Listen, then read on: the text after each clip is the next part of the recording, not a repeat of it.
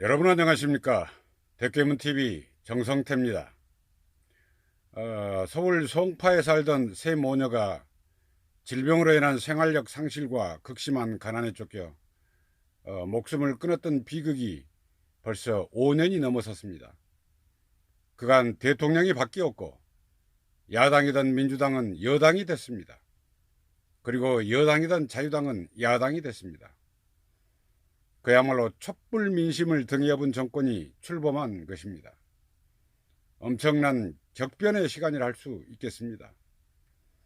이제 그 정권도 임기 반환점을 돌아 만 3년에 가까워지고 있습니다.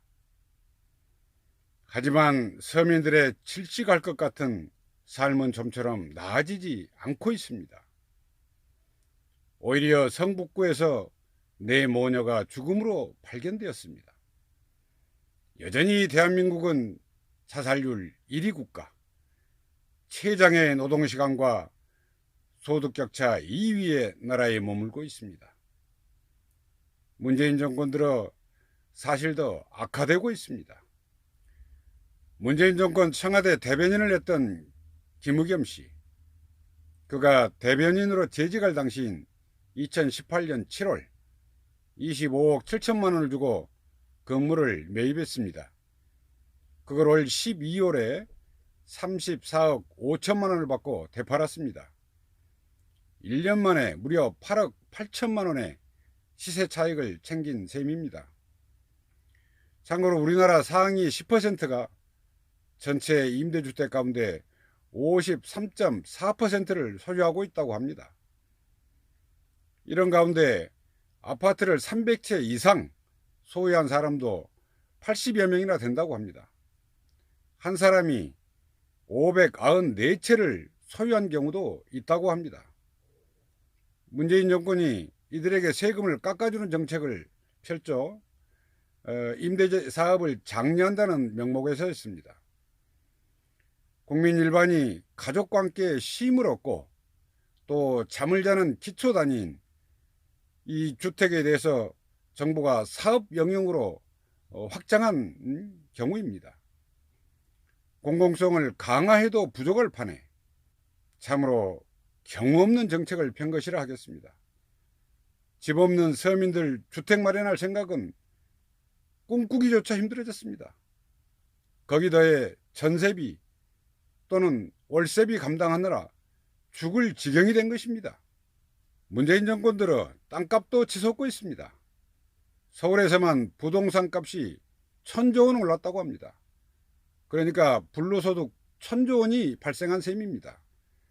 이런 가운데 경실련은 문재인 정부에서 2,000조 원 넘게 전국 땅값이 상승됐다고 주장한 바가 있습니다. 역대 정권 가운데 땅값 상승액이 가장 크다는 것입니다. 이에 국토교통부가 반발하며 공개 토론을 제안한 바 있습니다. 경실련은 환영한다는 입장과 함께 날짜와 장소를 빨리 정하라고 요구한 상태입니다. 그런데 이후에 정작 국토교통부는 침묵으로 일관하고 있습니다. 우리나라 상위 1%가 보유하고 있는 땅이 38%나 된다고 합니다. 이들이 땅값 상승으로 벌어들인 불로소득 규모가 그러니까 임금 소득자 99%에 해당하는 사람들이 벌어들인 금액의 무려 70%에 달하는 실로 천문학적인 규모입니다. 자기 토지와 건물이 없이 사업하는 중소기업과 소상공인들, 이분들이 그렇지 않아도 어려운데 그로 인한 어려움이 가중될 수밖에 없는 것입니다. 소득격차도 날로 심화되고 있습니다. 한국이 소득격차 OECD 2위입니다. 이를 방증하듯 2018년 상위 10%의 소득이 전체 가운데 50.6%를 차지하고 있습니다. 이는 다시 말해서 10명이 음식을 먹는데 그 중에 1명이 절반 넘게 먹어치우는 셈입니다. 그리고 나머지 9명이 그 절반도 안 되게 남은 음식을 가지고 서로 더 먹겠다고 아주 삶의 혈전을 치르는 그런 혐오스러운 현실을 만들어 놓은 것입니다. 누가 그렇습니까? 정권이 그렇습니다. 몸부림을 쳐도 더는 헤어날 길 없는 가난 때문에 사람이 죽어나가는 것입니다. 하루 평균 37.5명이 스스로 목숨을 끊고 있는 현실입니다. 이게 국가에 돈이 없어서 그런 것이 아닙니다. 그것을 최적화하지 못한 권력에 무능해서 기인하는 것입니다. 이제라도 상위 10%에 의한 독식 시스템, 이것을 혁파하는데 정권이 최우선적으로 나서야 합니다. 결단해야 합니다. 불량 시스템에 의한 가난의 고착은 결코 개인의 문제로만 돌릴 수 없습니다. 거대 국가폭력으로 규정하는 것이 보다 타당할 듯 싶습니다. 아울러 다수 국민이 가난에 처할 수밖에 없는 그런 고장난 사회는 분노와 범죄를 조장하게 된다는 점에서 불행이며 야만이 아닐 수 없습니다. 특별히 그러한 현상은 고스란히 미래의 국가적 재앙으로 귀결된다는 점에서 대단히 치명적일 수밖에 없습니다. 따라서 이를 획기적으로 개선하지 않고서는 국가적 미래도 그에 비례해 어두울 수밖에 없는 것입니다. 그에 따른 사회적 비용과 혼란 또한 천문학적 규모에 달할 것임도 너무나 자명합니다. 우리 사회 전반을 암울하게 짓누르며 날로 심화되고 있는 양극화 현상, 지금 그 몹쓸 유령이 사방팔방 곳곳을 어지럽게 배회하며 다수 국민을 극심한 고통의 골짜기로 몰아넣고 있습니다. 공업화 과정을 거치며 경제 규모는 대폭 증가했습니다만 문제는 그에 걸맞는 분배 및 복지 시스템을 갖추지 못했다는 점에서 불행이 잠복되어 있는 것입니다. 개선되기는커녕 오히려 더 심화되고 있습니다. 특별히 사람이 먼저다라고 했던 이 문재인 정권에서도 더 심화되고 있다는데 참으로 한탄할 일이 아닐 수 없는 것입니다.